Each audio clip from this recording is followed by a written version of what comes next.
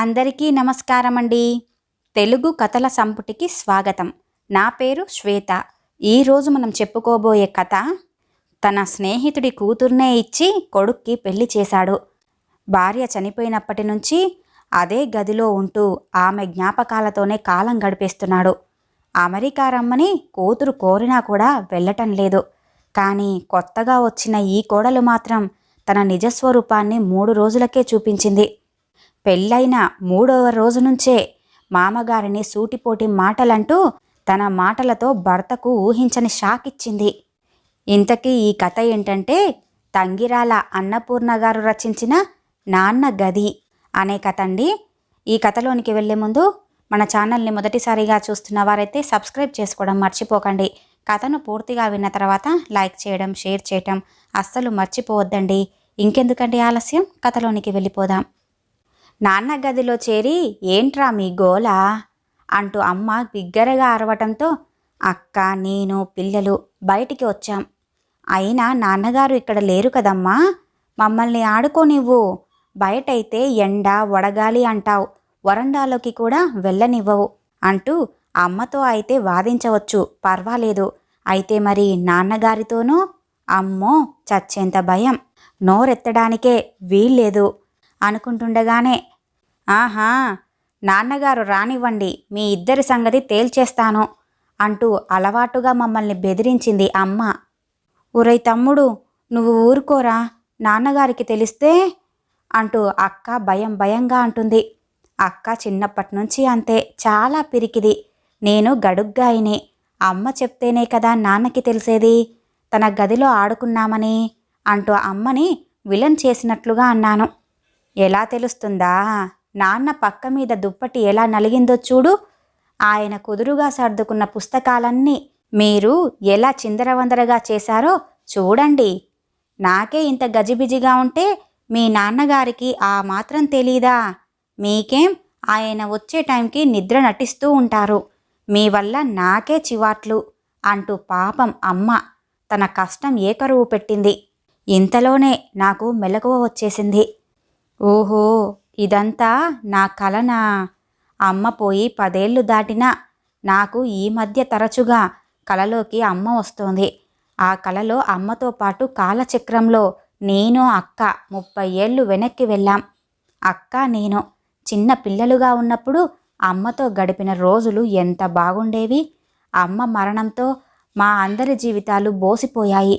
ఇక అక్క అక్కడ అమెరికాలో తన సంసారం, 2 పిల్లలు, ఉద్యోగంతోనే క్షణం తీరిక లేకుండా గడిపేస్తోంది. శని ఆదివారాల్లో మాత్రమే సంతోషంగా నాన్నతోనో నాతోనో కబుర్లు చెప్తుంది. ఆ తర్వాత మళ్ళీ మాట్లాడేది వారానికి. అమ్మ చనిపోయి అప్పుడే 20 ఏళ్ళు కావస్తోంది. అయినా అమ్మ జ్ఞాపకాలు మనసునింకా పచ్చిగా తడుముతున్నాయి. పాపం నాన్నైతే 80 ఏళ్ల పెద్ద వయసులో అమ్మ జ్ఞాపకాలతోనే సహజీవనం చేస్తూ ఉన్నారు. అమ్మ బతుకున్న రోజుల్లో నాన్న ఎంత దర్జాగా ఉండేవారో. తహసీల్దార్ ఆఫీసులో హెడ్ గుమస్తాగా రిటైర్డ్ అయినా కానీ నీతి, నిజాయితీ, క్రమశిక్షణలలో ఆ తర్వాత కూడా ఆయన పేరు అలాగే నిలబడిపోయింది. నాన్న మాటంటే పై అధికారులందరికీ గురి. ఇంట్లో ఇక చెప్పనక్కర్లేదు. ఆయన మాటే మాకు శాసనం, అమ్మకి వేదం. అమ్మ మరణంతోనే నాన్న వైభవమంతా ముగిసిపోయింది. అక్కకి పెళ్లి చేసినప్పుడు అమ్మ ఎంత సంబరపడిపోయిందో. 3 ఏళ్లకే అక్కకి పురుడు పోసి చాలా రిలీఫ్ అయింది. ఇక వాసుకి కూడా ఉద్యోగం రాగానే వాడికి కూడా పెళ్లి చేసేస్తే నా బాధ్యతంతా తీరినట్టే, నేనేమైనా పర్వాలేదు తర్వాత అంటున్న అమ్మ కళ్ళల్లో నీళ్లు తిరిగేవి. నాన్న అమ్మ మనసు తేలికపరచడానికి పనిలో పనిగా నాకు కూడా చెయ్యవే పెళ్ళి, నువ్వు లేకుండా నేనెలా ఉండగలను అనేవారు. వీళ్ళిద్దరి మాటలు విన్నవాళ్ళు నవ్వుకునేవాళ్ళు. ఇకనేం, అయితే మీ కొడుక్కొక పడుచు పెళ్ళాన్ని, మీకొక ముసలి పడుచును చూస్తే సరి అనేది అమ్మ. అమ్మ నాన్నతో అలా వేళాకౌళమాడేది. వారిద్దరి మాటలు అలా వింటున్న వాళ్ళందరూ కూడా మీరు ఆది దంపతుల్లా ఉన్నారండి అనేవారు. అలా అంటుంటే నాన్న మధ్యలో కలగజేసుకొని నా పేరు మాత్రం ఆనందరావే, కానీ ఏమంత ఆనందంగా లేనండి. ఎందుకంటే మా ఆవిడ ఎప్పుడు కూడా కోపిష్టి వెదవా అంటుంది ముద్దుగా. కానీ ఏ మాట కామాటే చెప్పుకోవాలండి. మా ఆవిడ మాత్రం పేరుకు తగ్గట్టుగానే పార్వతీదేవి అనేవారాయన. అమ్మ ముసిముసి నవ్వులతో సిగ్గుతో ముడుచుకుపోయేది. ఆ బంగారు రోజుల్ని అమ్మ తనతో పాటే తీసుకెళ్ళిపోయింది. నాన్న పక్కన్నే పడుకున్న అమ్మ ఏ అర్ధరాత్రి వేళనో నిద్రలోనే గుండెపోటుతో చనిపోయింది. 1 సంవత్సరం పాటు నాన్న నేను పిచ్చివాళ్ళమైపోయాం. నాన్నని చూస్తే మరీ భయం వేసేది. ఎవ్వరితోనూ మాట్లాడేవారు కాదు. తింటే తినేవారు, లేకపోతే లేదు. ఎప్పుడు చూసినా కళ్ళు మూసుకొని ఆలోచనల్లోనే బతికేవారు. ఈలోగా నాకు జిల్లా పరిషత్ స్కూల్లో మాస్టారుగా ఉద్యోగం వచ్చింది. నాన్న అడగకపోయినా ఆయనకు తెలిసిన కలెక్టర్ గారి సహాయంతో ఆ ఊళ్ళోనే నాకు ఉద్యోగం వేయించారు. నాకు ఉద్యోగం రాగానే ఆడపిల్లల తండ్రుల దృష్టిలో పడ్డాను. నాన్న కొలి కాంతారావు గారి కూతురు వసంత మెడలో 3 ముళ్ళు వేసి పెళ్ళయింది అనిపించుకున్నాను. పెళ్ళిళ్ళు స్వర్గంలోనే నిర్ణయించబడినా కొందరి జీవితాల్లో మాత్రం నరకాన్ని సృష్టిస్తాయి. నా భార్య వసంత, పేరుకే వసంత, నేచర్కి మాత్రం గ్రీష్మం. చదువుకున్న సంస్కారం మాత్రం తక్కువ. బహు పెలసుగా ఉంటుంది. పాపం అక్క నా పెళ్ళికి అమెరికా నుంచి వచ్చింది. నాన్నతోనూ మాతోనూ 2 నెలలు హాయిగా గడపాలని ప్లాన్ చేసుకుని వచ్చింది. వసంత ధోరణికి 3 వారాలు మించి ఉండలేకపోయిందిక్కడ. నాన్నని తనతో రమ్మని కూడా అక్క ఎంతో బతిమిలాడింది. ఆయన తన గదిని వదిలి ఎక్కడికి రానని తెగేసి చెప్పేశాడు. అమ్మ జ్ఞాపకాలు ఆ గదిలోనే ఉన్నాయని, అవి తన జీవితంలో పెనవేసుకుపోయాయని అంటుండేవారు. అమెరికా వెళ్ళమని నాన్నకు నచ్చజెప్పమంటూ వసంత నా మీద ఎంతో ఒత్తిడి చేసింది. అయినా నేను నాన్నతో ఆ విషయాలేమీ మాట్లాడేవాడిని కాదు. అదే వసంతకి నా మీద తీవ్రమైన అసంతృప్తికి దారితీసింది. ఆ రాత్రి నాన్న గురించి వసంత అన్న మాటలు తన నిజస్వరూపాన్ని బయటపెట్టాయి. పెళ్ళైన 3వ రోజే వసంత నాకు శత్రువులా తోచింది. ఈ ముసలాయన ఆ గదిలో ముల్లేమన్న దాచాడా? హాయిగా కూతురితో అమెరికా వెళ్ళి ఓ 6 నెలలు గడిపి రావచ్చుగా. ఆ తర్వాత ఎలాగో మననెత్తిమీదే కదా ఎక్కేది. కొత్త జంట అని కొంతకాలం ఏకాంతంగా వదిలేయాలని ఇంగితం కూడా లేదా ఆ పెద్ద మనిషికి?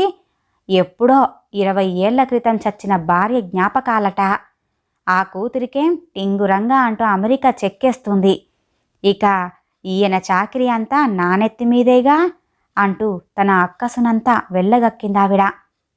పెళ్ళైన 3వ రోజే జరిగింది ఈ ముచ్చట. నేను అవాక్కయ్యాను.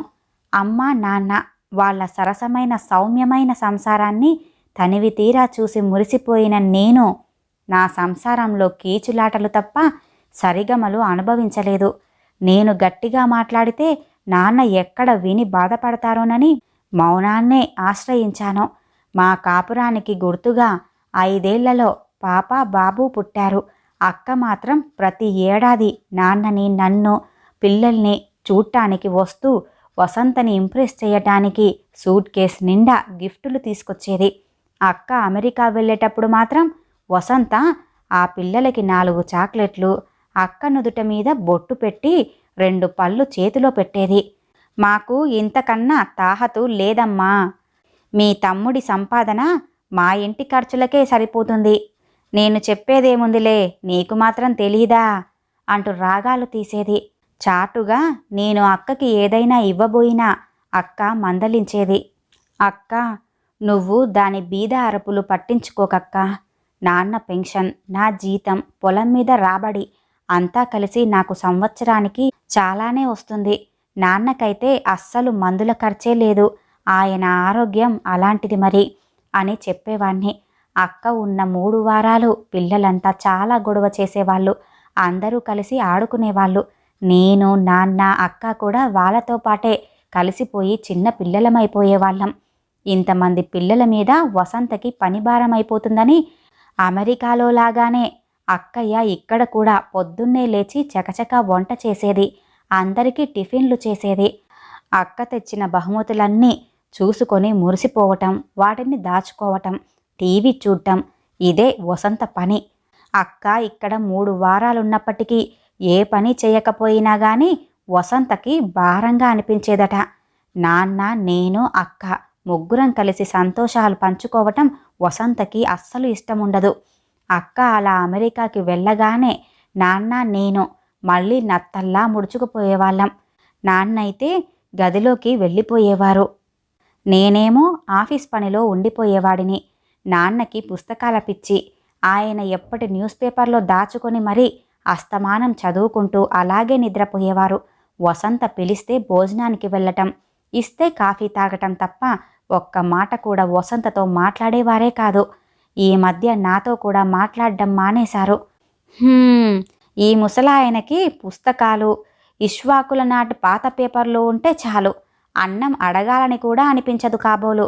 ఈయనకి వండి వడ్డించడం నా వల్ల కాదు, నా ప్రాణానికొస్తుంది అంటూ వసంత రంకెలు మాకే కాదు పక్క వీధికి కూడా వినిపిస్తూ ఉంటాయి. నేను అవేవి వినిపించినట్టుగానే వెళ్ళి నాన్నని భోజనానికి పిలిచాను. నాన్న అయితే వసంత అరుపులో అలవాటైపోయినట్టుగా అస్సలు పట్టించుకోవటమే లేదు.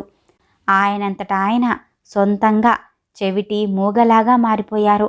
ఏదో మొక్కుబడిగా కాస్త చారు, కాస్త మజ్జిగ పోసుకొని తిన్నాను అనిపించేవారు.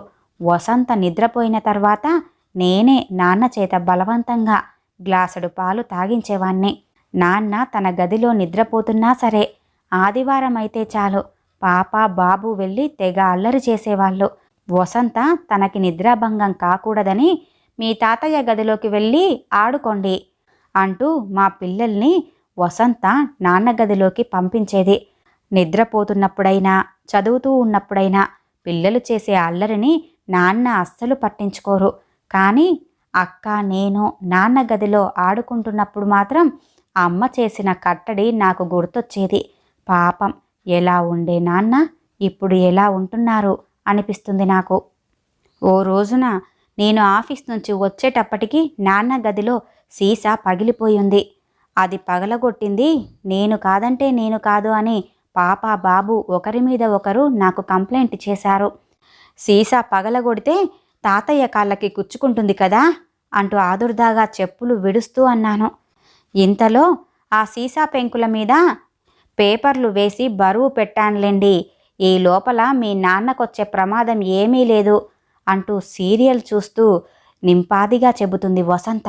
అప్పటి వరకు స్కూల్లో బడిపిల్లలకు సంబంధించిన ఫిర్యాదుల మీద సంజాయిషీలిచ్చుకుంటూ అదే విసుగులో ఇంటికి వచ్చిన నేను పాపని, బాబును చెరొక దెబ్బ వేసి నాన్న గదిలోకి వెళ్ళి చూద్దామని చూశాను. సీసా పెంకులు గదిలో అక్కడక్కడ ఇంకా చాలా మిగిలిపోయాయి. ఒక చోట మాత్రం పేపరు వేసి దాని మీద ఓ పెద్ద గిన్నె బోర్లించి ఉంది. ఓహో, ఇది నాన్న గది కాబట్టి తనకేం సంబంధం లేదు అన్నట్టుగానే ప్రవర్తిస్తుందన్నమాట వసంత అనుకొని నాకు కోపం పట్టలేకపోయాను. నాన్న మంచం మీద ముడుచుకొని పడుకున్నారు. ఎప్పుడూ లేంది నాన్న మీద గట్టిగా అరిచేశాను. పిల్లల్ని ఎందుకు మీ గదిలోకి రానిస్తున్నారు నాన్న? వాళ్ళు ఇలా చేస్తుంటే గట్టిగా మందలించకపోతే ఎలా అంటూనే ఓ పాత బట్ట తెచ్చి గదంతా పెంకులు ఏరాను. నా అరుపులకి నాన్న నా వంక నిర్లిప్తంగా చూశారు.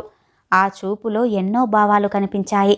నా భార్యని ఏమీ అనలేక పిల్లల్ని చెరొక దెబ్బ వేసిన నా అసమర్థతకి నాన్న నన్ను చూసి జాలి పడుతున్నారా, లేక తనింకా ఎందుకు బతికి ఉన్నానా అని మదన పడుతున్నారా అనిపించింది ఆ చూపుల్లో.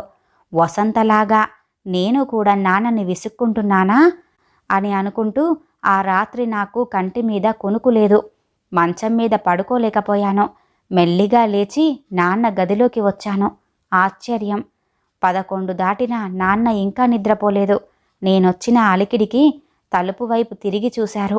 నాన్న మంచం దగ్గరికి వెళ్ళి నేల మీద కూర్చొని ఆయన గుండెల మీద తలపెట్టి సన్నగా ఏడుస్తూ, నాన్న నన్ను క్షమించండి, మిమ్మల్ని అనవసరంగా విసుక్కున్నాను.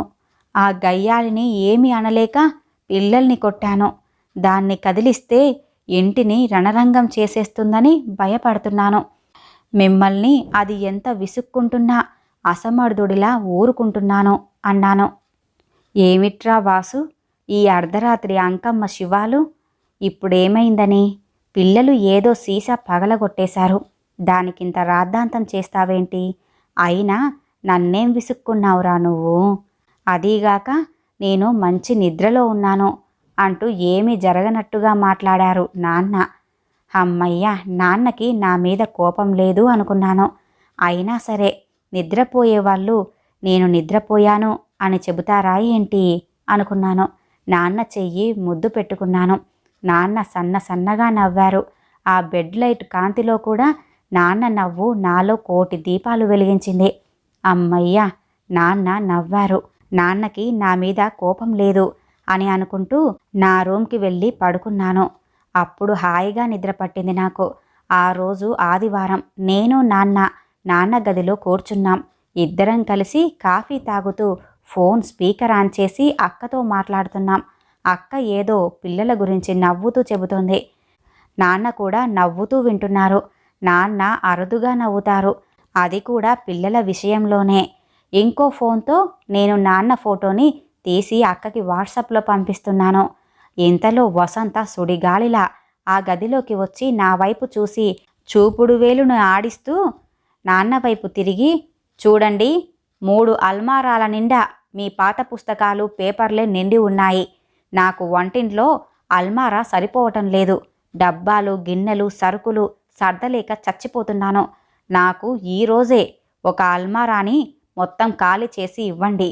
అక్కడన్నీ పాత పేపర్లు పుస్తకాలు ఏదో మ్యూజియంలాగే ఉన్నాయి అంది. నీ డబ్బాలు సామాన్లు అన్నీ నాన్న గదిలో పెట్టడం ఎందుకు? నాన్న గదిలో ఆయన పుస్తకాలు ఆయన సామాను మాత్రమే ఉండాలి అన్నాను నేను కాస్త గొంతు పెంచే అన్నాను. అబ్బో, ఇదో పెద్ద ప్యాలెస్ మరి. ఇందులో 10 గదులున్నాయి. నాన్న గది, మీ గది, మీ పిల్లలకో గది. ఇన్నున్నాయా? ఉన్నది 2 బెడ్రూమ్లు కదా. పెద్ద బెడ్రూమ్లో అటాచ్డ్ బాత్రూమ్ ఉందని ఆయన గారికిచ్చారు. ఆ చిన్న బెడ్రూమ్లో 2 పిల్లలు, మీరు, నేనును.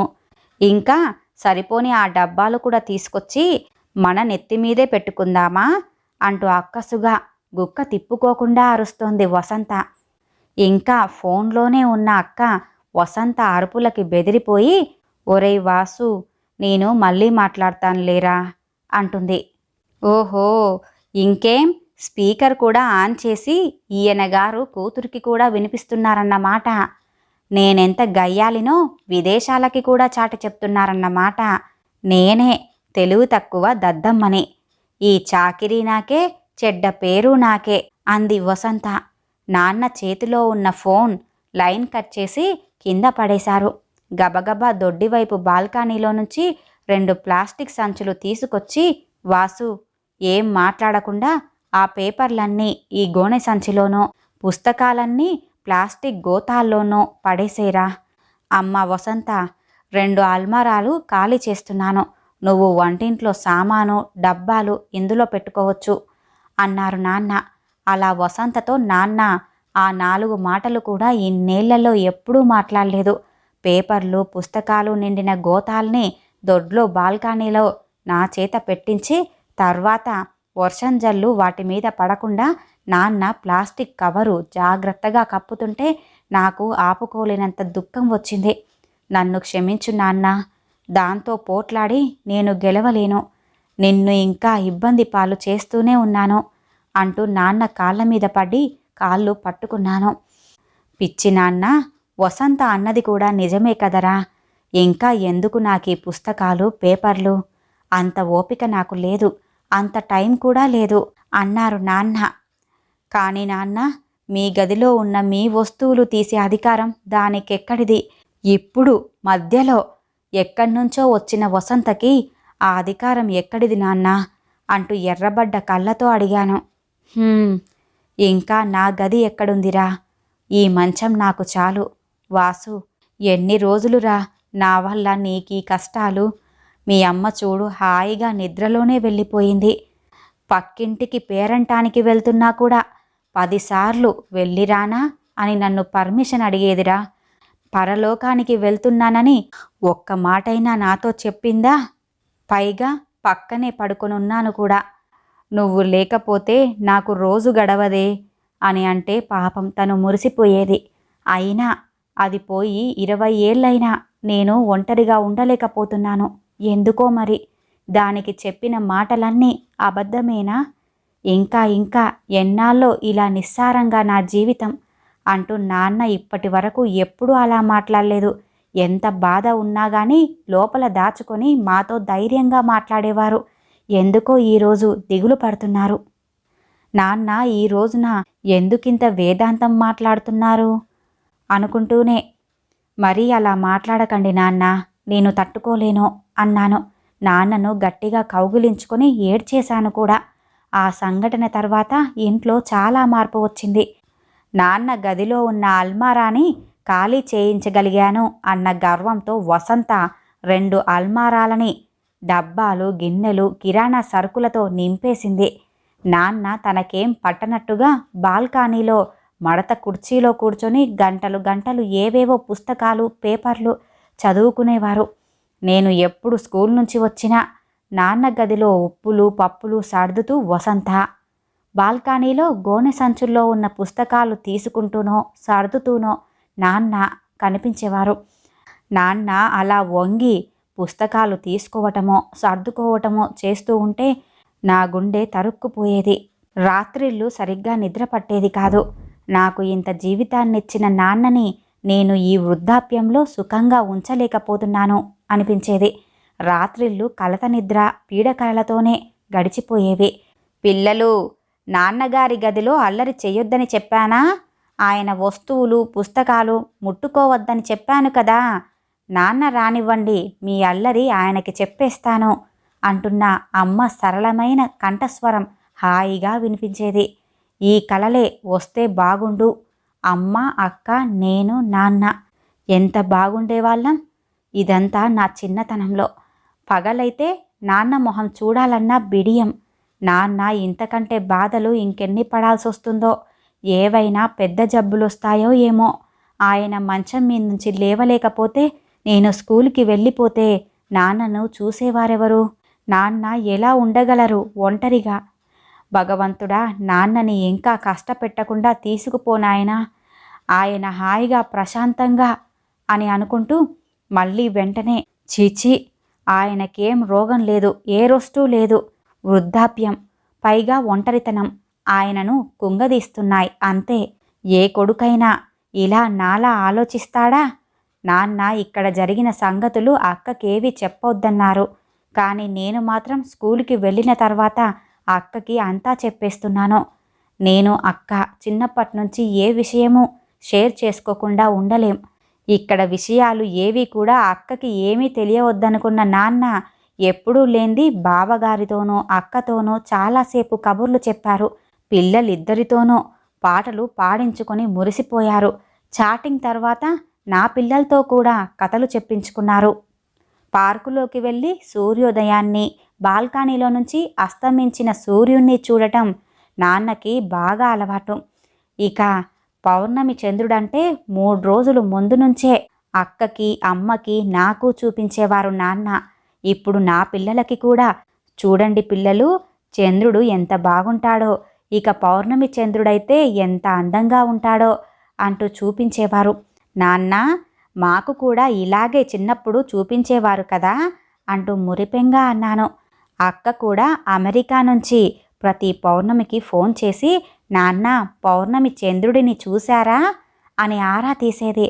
ఆ చూశానమ్మా అంటూ ఆనందంగానో, లేకపోతే మబ్బులు వర్షంగా ఉందమ్మా అంటూ నిరుత్సాహంగానో చెప్పేవారు. వాసు, చాలా అలసటగా ఉందిరా, బాల్కనీలో మడత కుర్చీ వేస్తే కాసేపు చంద్రుణ్ణి చూస్తూ పడుకుంటాన్రా అన్నారు నాన్న.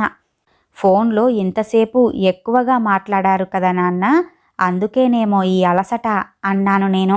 నాన్న మొహం సంతోషంతో వెలిగిపోతున్నా కానీ నీరసంగా ఉంది ఎందుకో మరి. నాకు సగం గ్లాసు వేడిపాలు తీసుకురా చాలు, భోజనం మాత్రం వద్దురా, బలవంతం చెయ్యకు నన్ను అన్నారు. వంటింట్లోకి వెళ్ళి 3/4 గ్లాసు పాలు తీసుకొచ్చాను. ఇన్నెందుకురా, సగం చాలు అన్నానుగా, నాకు బలం రావాలనా అంటూ నవ్వుతూ అన్నారు. మీరు తాగేవి తాగండి నాన్న, మిగతావి నేనే తాగుతానులే అన్నాను. సగం గ్లాసు మాత్రమే తాగేసి నాకిచ్చేశారు పాలు. నేను నా గొంతులో పోసుకున్నాను. పాలు కమ్మగా ఉన్నాయి. నాన్న ఎంగిలి పాలన అంత కమ్మగా ఉన్నాయి అని అనుకుంటూ నవ్వుకున్నాను. వాసు, నువ్వు వెళ్ళి భోంచేయరా, పాపం వసంత కూడా నువ్వు వచ్చే వరకు తినదుగా అంటూ ప్రేమగా చెప్పారు. ఇంత గయ్యాలి కోడలి మీద కూడా ఆయనకు ఇంత ప్రేమనా అనుకున్నాను మనసులో. నాన్న, 10 దాటిపోయింది. మీ చంద్రుడు కూడా మన బాల్కనీ పైనుంచి వెళ్ళిపోయాడు. మీ గదిలో పక్క మీద కొత్త దుప్పటి కూడా పరిచాను. ఇక లోపలికి రండి నాన్న అంటూ నాన్నతో అంటూ భుజం కదిలించాను. నాన్న వినిపించుకోలేదు. ఆయన ముఖం పక్కకి వాలిపోయి ఉంది. నాన్న ముఖంలో మొహం పెట్టి పరీక్షగా చూశాను. ఆయన నిద్రపోవటం లేదు. శాశ్వత నిద్రలోకి జారుకుంటున్నారు. అలానే పరీక్షగా చూస్తున్నాను. ప్రశాంతంగా ప్రాణాయామం చేస్తున్నవాడిలా దీర్ఘ నిద్రలోకి జారుకున్నారు. ఆయన శ్వాస ఆగిపోవటం నేను గమనించాను. ప్రశాంతంగా పారిజాత పువ్వు నిశ్శబ్దంగా రాలిపోతున్నట్లుగా చివరి శ్వాస ఆగిపోయింది. స్నేహితుడు అని ఆయన కూతుర్ని తన కొడుక్కిచ్చి పెళ్లి చేసిన తర్వాతప్పటి నుంచి ఈ 6 సంవత్సరాల్లోనూ ఒక్కసారి కూడా మా ఇంటికి రాని మా మామగారు నాన్న పోయిన 3వ రోజు నుంచి ఇంట్లో దూరి దూరి పెత్తనం చేస్తూ క్రతువులు చేయిస్తున్నాడు శ్రద్ధ భక్తితో.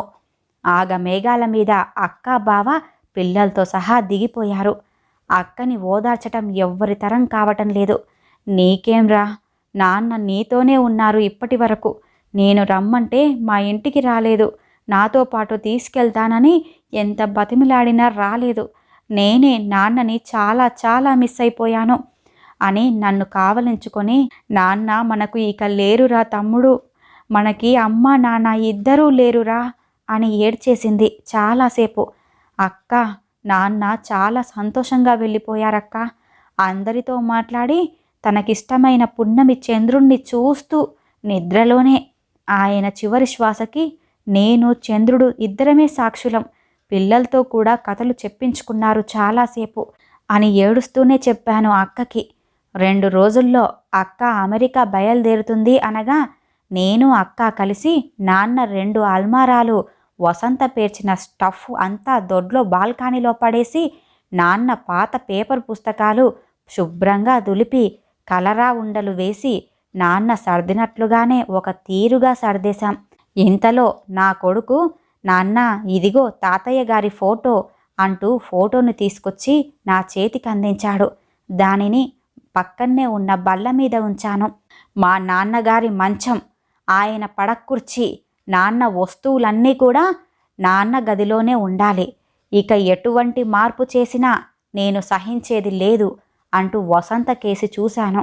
వసంత పశ్చాత్తాపంగా తలూపింది. ఎప్పుడూ సీరియస్గా ఉండే నాన్న ఆ రోజు ఫోన్లో అక్కతో మాట్లాడుతూ నవ్వుతుండగా నేను తీసిన ఆఖరి ఫోటోలో నుంచి నాన్న ఎంత బాగా నవ్వుతున్నారో. ఈ కథ ఇంతటితో సమాప్తమండి. ఈ కథ కనుక మీకు నచ్చినట్లయితే లైక్ చేయండి, షేర్ చేయండి, అలాగే సబ్స్క్రైబ్ చేసుకొని మన ఛానల్ని ఎంకరేజ్ చేయండి. అలాగే మీ యొక్క విలువైన అభిప్రాయాలను కూడా కామెంట్ రూపంలో తెలియజేయండి. ఇంత మంచి కథను మనకు అందజేసిన తంగిరాల అన్నపూర్ణ గారికి ధన్యవాదాలు తెలియజేసుకుంటున్నానండి. మరొక మంచి కథతో మళ్ళీ కలుద్దామండి. నమస్కారం.